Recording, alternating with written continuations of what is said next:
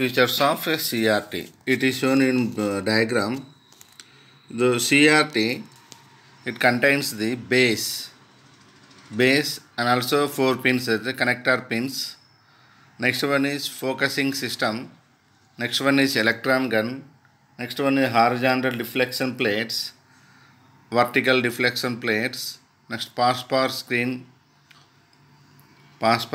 Next one is electron beam. It is similar to a CRO block diagram, but CRT is a heart of an CRO. That's why all the components are included in CRT. So let us come to the basic features of CRT. Size refers to the screen diameter. CRTs for oscilloscopes are available the size of 1, 2, 3, 5 and 7 inches. 3 inches is most common for portable instruments. Next one, for example, a CRT having a number 5 GPI. The first number 5 indicates the 5 inches tube. It is available in both round and rectangular CRTs are found in scopes today. So the vertical weaving size is 8 centimeters, the normal CRO size. The vertical weave is 8 centimeters and horizontal weave is 10 centimeters. So next one is pass bar screen. The screen is coated with a fluorescent material called pass bar.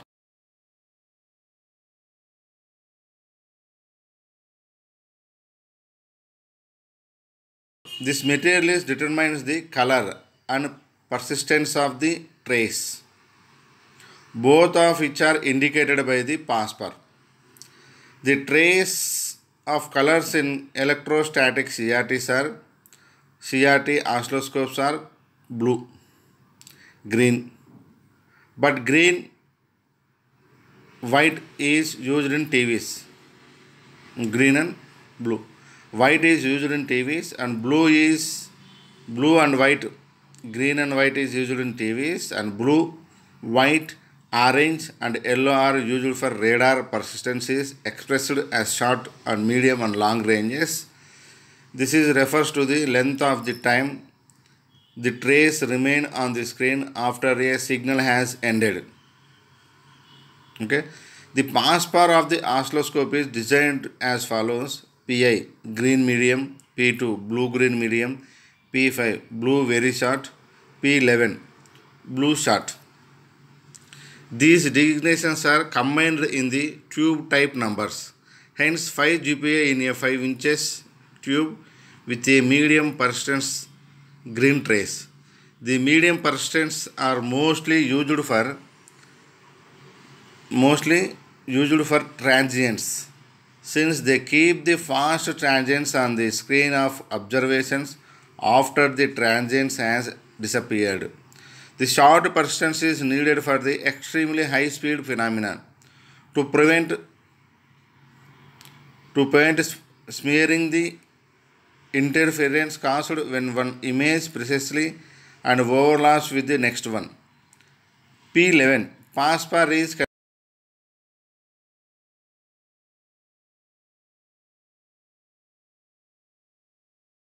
yes. Next one is operating voltages. The CRT requires a heater voltage of 63 volts AC or DC at 600 milliamps. Several DC voltages are listed below. The voltages are vary with type of tube used. So negative grid bracket control voltage, negative grid voltage 14 volts to 200 volts. Okay. Next minus 200 volts. Next positive anode 1 focusing anode. Okay. Positive anode minus 1100 volts to 1100 volts. Next positive anode 2 accelerating anode, focusing anode, accelerating anode 3. 600 volts to 6000 volts. Next, passive anode accelerating anode 3, it is 200 volts to 20,000 volts in some cases. Next, deflection voltages. The deflection voltages, either AC or DC voltages, will deflect the beam. The distance through which the spot moves on the screen is proportional to the DC or peak AC amplitude. DC or peak AC amplitude. Next one is the deflection sensitivity of the tube is usually stated as the DC voltage. Or peak AC voltage.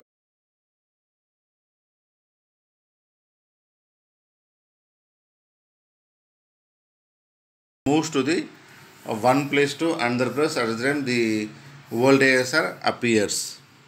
Next, weaving screen. The weaving screen is the glass face plate. The inside wall of which is coated with phosphate. The weaving screen is a rectangular screen having graticles marked on it. The standard size used for nowadays 8 centimeters into 10 centimeters. 8 centimeters on the vertical and 10 meters on the horizontal. 8 centimeters on the vertical, 10 centimeters on the horizontal. Each centimeter on the graticle corresponds to the one division. So the standard phosphor color used nowadays is blue. The standard phosphor color is used nowadays is blue. So next one is power supply. It provides the voltages required by the cathode ray tube. To accelerate the electron beam.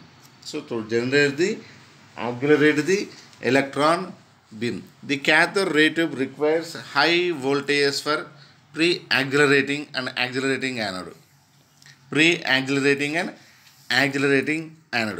Low voltage is required for heater,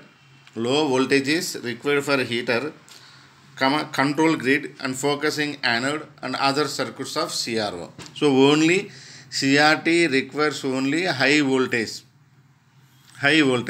The remaining requires only low voltage.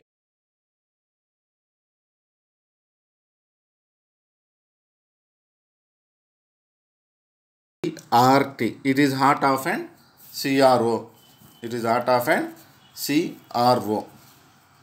So let us comes to the CRT. So the CRT consists of different components. First one is connector pins. Second one is base. Next one is focusing system. Next one is electron gun. Next one is horizontal deflection plates and vertical deflection plates and phosphor screen and electron beam. This is components of available in the CRT. So all the components are same as the CRO. Why? Because CRT is a heart of an CRO. So next, basic features of CRT. ఏమేమి ఉంటాయి దాంట్లో? Basic features of CRT. Size మేజర్గా మనం ఏదైనా కానీ చూసేటప్పుడు size ఎంత, ఎక్కడ ఎంత అని మనకు అనుకునే ఇబ్బంది ఉంటుంది. ఇది సిఆర్ఓ సైజ్ ఎంత ఉంటుంది ఏం కదా అని. సో ఆ సైజ్ ఎలా ఉంటుందంటే the CROs are available in sizes 1, 2, 3, 5, 7. ఓకేనా? 1, 2, 3, 5, 7 inches. So 1 inches, 2 inches, 3 inches, 5 inches, 7 inches ఆ సైజులో అవైలబిలిటీ ఉంటాయి మార్కెట్లో. But most common portable instrument వచ్చేసి 3 inches. The most common portable instrument వచ్చేసి 3 inches. ఓకేనా? ఫర్ ఎగ్జాంపుల్ ఒకవేళ అది ఎన్ని ఇంచెస్ ఉన్నాయో మనం కనుక్కోవాలంటే దాని నెంబర్ ఉంటుంది అనమాట. ఆ నెంబరు 5 GPI అని ఇచ్చినారు అనుకుంటాం. ఫస్ట్ నెంబర్ 5 అని ఉంది కనుక అది 5 inches CRO అని చెప్పొచ్చు. సో ఇవి ఏ దాంట్లో అవైలబుల్ ఉంటుంటే రౌండ్ షేప్లో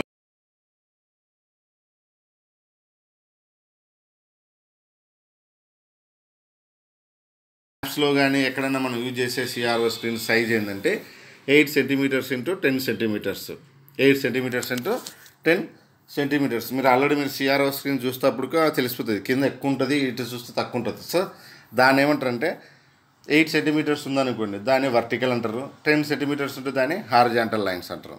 vertical lines and horizontal lines. ఓకేనా. నెక్స్ట్ పాస్ పార్ స్క్రీన్. మీరు ఆల్రెడీ మీరు ల్యాబ్లో చూసేటప్పుడు వచ్చేటప్పుడు మీకు డిస్ప్లే చేయడానికి ఒకటి ఉంటుంది. ఒకటి బ్లూ కానీ గ్రీన్ కానీ వైట్ కానీ ఉంటాయి. బ్లూ కానీ గ్రీన్ కానీ వైట్ కానీ ఉంటాయి. ఆ స్క్రీన్ మీద నీకు వేవ్ ఫామ్స్ డిస్ప్లే అవుతూ ఉంటాయి. ఎక్కడ రేడియం కలర్స్లో డిస్ప్లే చేసుకుంటూ వచ్చేసి మీరు అన్నీ చూస్తూ ఉంటారు. సో అవి ఎట్లా వస్తున్నాయి, ఏ సైజులో వస్తున్నాయి, ఎందుకు ఎట్లా ఏ రేంజ్లో వస్తున్నాయి అని మొత్తం తెలుసుకోవడానికి యూజ్ చేసేదే పాస్ పార్ స్క్రీన్. ఓకేనా. ది స్క్రీన్, ఆ స్క్రీన్ ఉంది కదా, ఆ screen is coated with fluorescent material. The screen is coated with fluorescent material. So ఆ ఫ్లోరోసెంట్ మెటీరియల్తో కోటెడ్ అయింటుంది కనుక దాన్నే పాస్ పార్ అంటారు. దిస్ మెటీరియల్ డిటర్మైన్స్ ది, ఈ మెటీరియల్ ఎందుకు యూజ్ చేస్తున్నామంటే it determines the colour and persistence of trace. So కలర్ని ఈజీగా ఐడెంటిఫై చేస్తుంది, మనకు అందరూ విజిబుల్ ఉంటుంది. నెక్స్ట్ ఎగ్జాక్ట్ వాల్యూ కూడా ఇస్తుంది, మనకి ఎగ్జాక్ట్ వాల్యూస్ కూడా ఇస్తుంది. Next these are inset by the both of which are indicated by the phosphor screen. ఇది మనకి కలరు పర్సిస్టెన్స్ ఆఫ్ సిగ్నల్ రెండు కూడా మనకి ఆ పాస్ పార్ స్క్రీన్ మీద డిస్ప్లే అవుతుంది. ఓకేనా. సో ఇవన్నీ ఎక్కడ యూజ్ చేస్తారంటే the trace colours in electrostatic CRTs.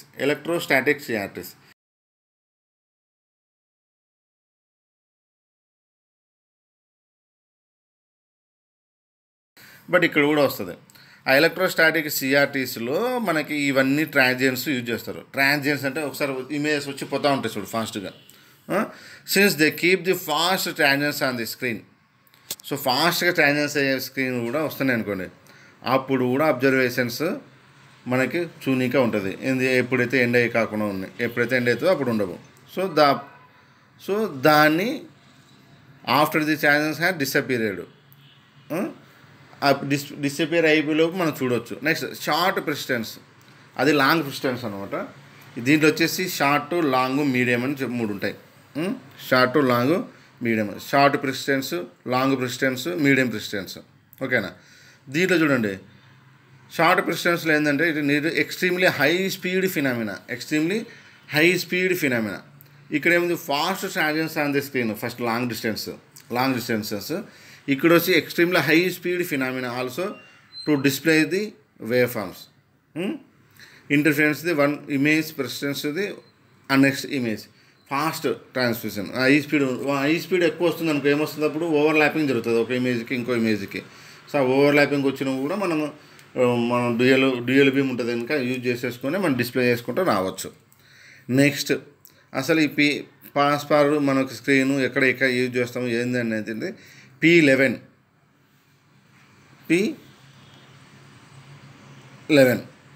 So ఈ వచ్చేసి ఎన్ని అవైలబిలిటీ ఉంటుందంటే is designed by the phosphor screen is designed by the 3 types or 4 types ఉంటాయి.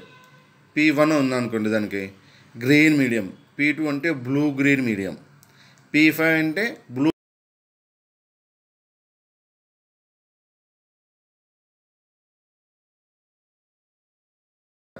సో ఇక్కడ మనం ఆ నంబర్స్ని బట్టి మనం already long persistence, medium ప్రెసిస్టెన్స్, short ప్రెసిస్టెన్స్ అని చెప్పుకుంటూ వచ్చినాము.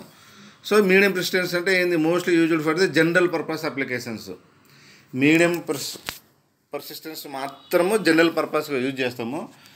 నెక్స్ట్ లాంగ్ కానీ షార్ట్ కానీ యూజ్ చేసేది ఏంటంటే మనకి స్పెషల్ కేసెస్, రేడార్ ఇమేజెస్ కానీ ఎక్కడ శాటిలైట్ ఇమేజెస్ కానీ తీసుకోవడానికి, డిస్ప్లే చేయడానికి అక్కడ యూజ్ చేస్తుంటారు. ఓకేనా. So the most common considered as the best pass పార్ స్క్రీన్ ఈజ్ P11 పాస్ పార్.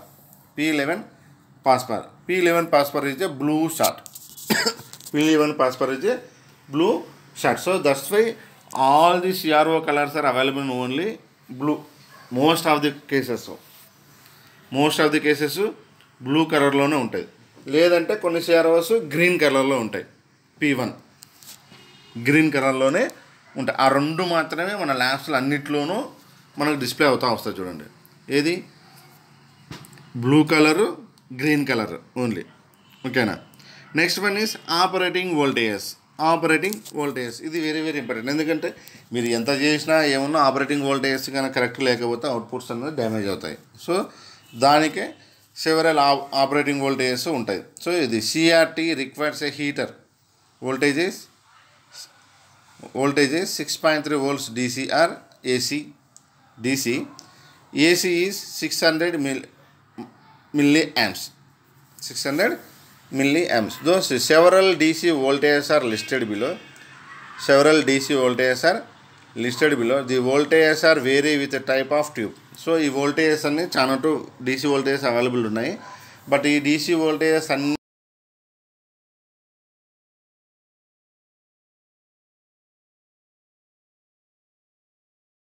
ఆ సిఆర్ఓ తీసుకున్న దాన్ని బట్టి అవి కూడా అన్నీ వేరే వస్తూ ఉంటాయి. ఓకేనా. ఆ వేరే వచ్చిన ఫస్ట్ వన్ ఏముందంటే మీకు ఆల్రెడీ మీకు సిఆర్టీ బ్లాక్ డయాగ్రమ్ ఉంటుంది. ఏంది నెగిటివ్ గ్రిడ్. నెగిటివ్ గ్రిడ్ అంటే కంట్రోల్ అని ఉంటుంది చూడండి. అలా నెగిటివ్ గ్రిడ్ అంటే కంట్రోల్ గ్రిడ్ అని ఉంటుంది. So negative grid voltage 14 volts to minus 200 volts. 14 volts to minus 200 volts. Next positive anode. Positive anode 1 దాన్ని ఏమంటారు ఫోకసింగ్ యానోడ్. ఫోకసింగ్ యానోడ్ ఇదంతా ఉందో చూడండి. minus 100 volts to 6000 volts. minus 100 volts to 6000 కాదు minus 1100 volts. minus 1100 volts ఉంటుంది. Next positive anode 2. Positive anode 2 దీన్ని ఏమంటారంటే accelerating anodes. Accelerating anode ఇదంతా ఉందో చూడండి. 600 volts to 6000 volts. 600 volts to 6000 volts. Next positive anode 3. Positive anode 3 it is also accelerating anode type. It is also accelerating anode type. So దీనిలో ఏముంటుంది 200 volts to 20,000 volts in some cases. 200 volts to 20,000 volts in some cases. ఓకేనా. So it is DC voltages. DC voltages. Next మనం చేసేటప్పుడు ఏంటంటే deflection voltages ఎంత ఉంటుంది అంటే ఏంది horizontal reflection plate system, vertical reflection systems ఉన్నాయి కదా. ఆ డిఫ్లెక్షన్ వోల్టేజెస్ ఎలా ఉంటుంది ఎక్కువ మెయిన్గా డిఫ్లెక్షన్ వోల్టేజెస్ అంటే మనం ఏంటంటే AC అండ్ DC ఆ రెండింటి మీద డిపెండ్ అయ్యే జరుగుతూ ఉంటుంది. సో అవి ఎలా ఉంటాయి ఏంది అనేది చూడండి. So deflection voltages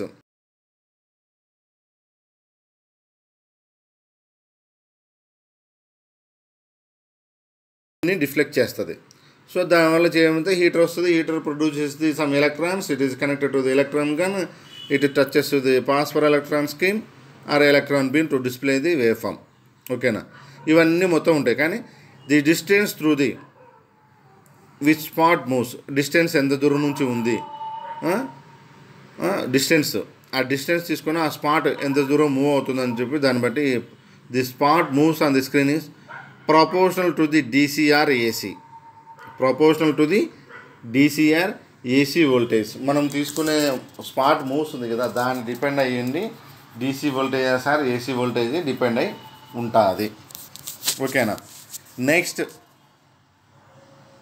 deflection sensitivity అనేది ఉంటుంది. Deflection sensitivity as usually stated the DC voltages.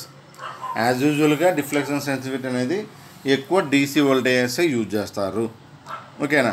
It is required from each centimetre deflection of the spot on the screen. So అది కంపల్సరీగా ప్రతి ఒక్క సెంటీమీటర్కి డిపెండ్ అయి ఉంటుంది.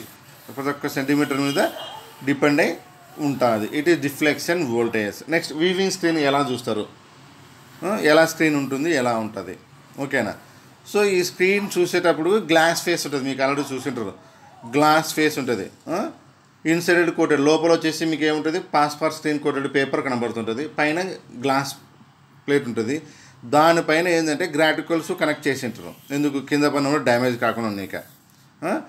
పైన గ్రాటికల్స్ ఉంటుంది. సో దీని మీకు ఆల్రెడీ మీరు చూన్నారు. ఆ స్క్రీన్ సైజ్ ఎంత ఉంటుందంటే 8 centimeters into 10 centimeters is most common CROs used in nowadays. So ఆ దానిలో మీకు చెప్పాము 8 centimeters to 10 centimeters. 8 centimeters అంటే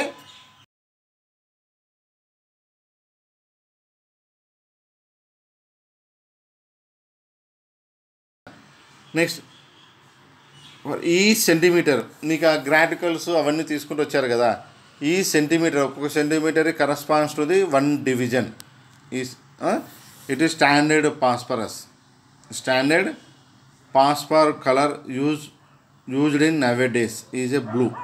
సో నవేడేస్ ఎక్కువ పాస్పర్ కలర్ యూజ్ చేసేది ఏంటంటే blue. Most of the cases ఉంటుంది, మీరు ఎక్కడ పోయి చూసినా కూడా.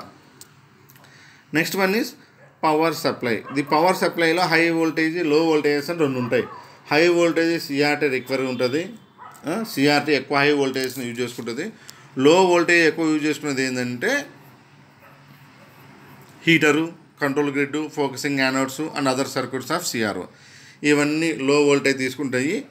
హై వోల్టేజ్ మాత్రము సిఆర్టీ తీసుకుంటుంది. ఎందుకు సిఆర్టీ తీసుకుంటుంది? సిఆర్టీలో ఏమేమి తీసుకుంటుంది మళ్ళీ దాంట్లో pre accelerating and accelerating anodes.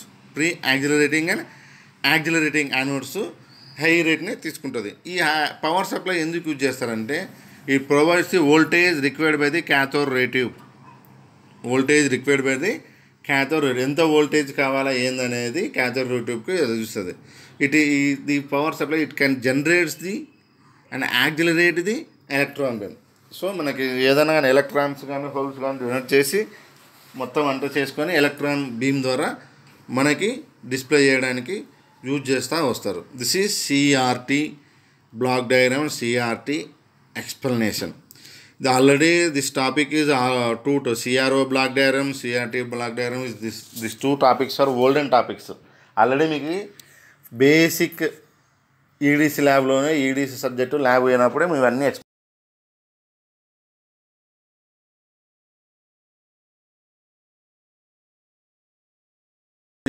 ఈ యూనిట్ మొత్తం సిఆర్ఓస్, ప్రోబ్స్, సిఆర్ఓ టైప్స్ అనమాట. సో అందుకోసమని సిఆర్ఓ, సిఆర్టీ అనే దాని మీద ఉంటుంది.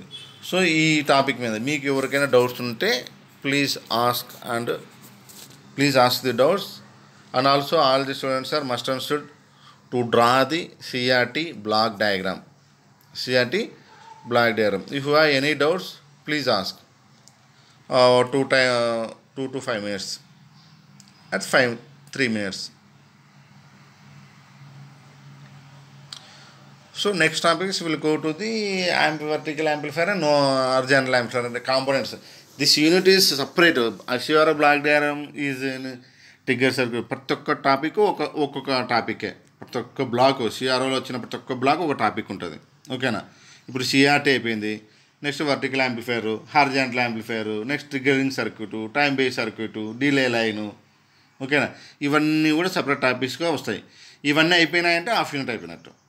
ఇవన్నీ టాపిక్స్ అన్ని సిఆర్ఓకి సంబంధించిన టాపిక్స్ అన్నీ అయిపోయినాయి అనుకోండి, అప్పటికి హాఫ్ యూనిట్ కంప్లీట్ అయినట్టు చూడండి సరేనా. సో దీంట్లో ఎలక్ట్రోస్టాటిక్ రిఫ్లెక్షన్ సిస్టమ్ అనేది ఒకటి వస్తుంది యాడ్ అయ్యి. మీకు ప్రాబ్లమ్స్ ఏమైనా వస్తే ఆ టాపిక్ అని ఉంటుంది.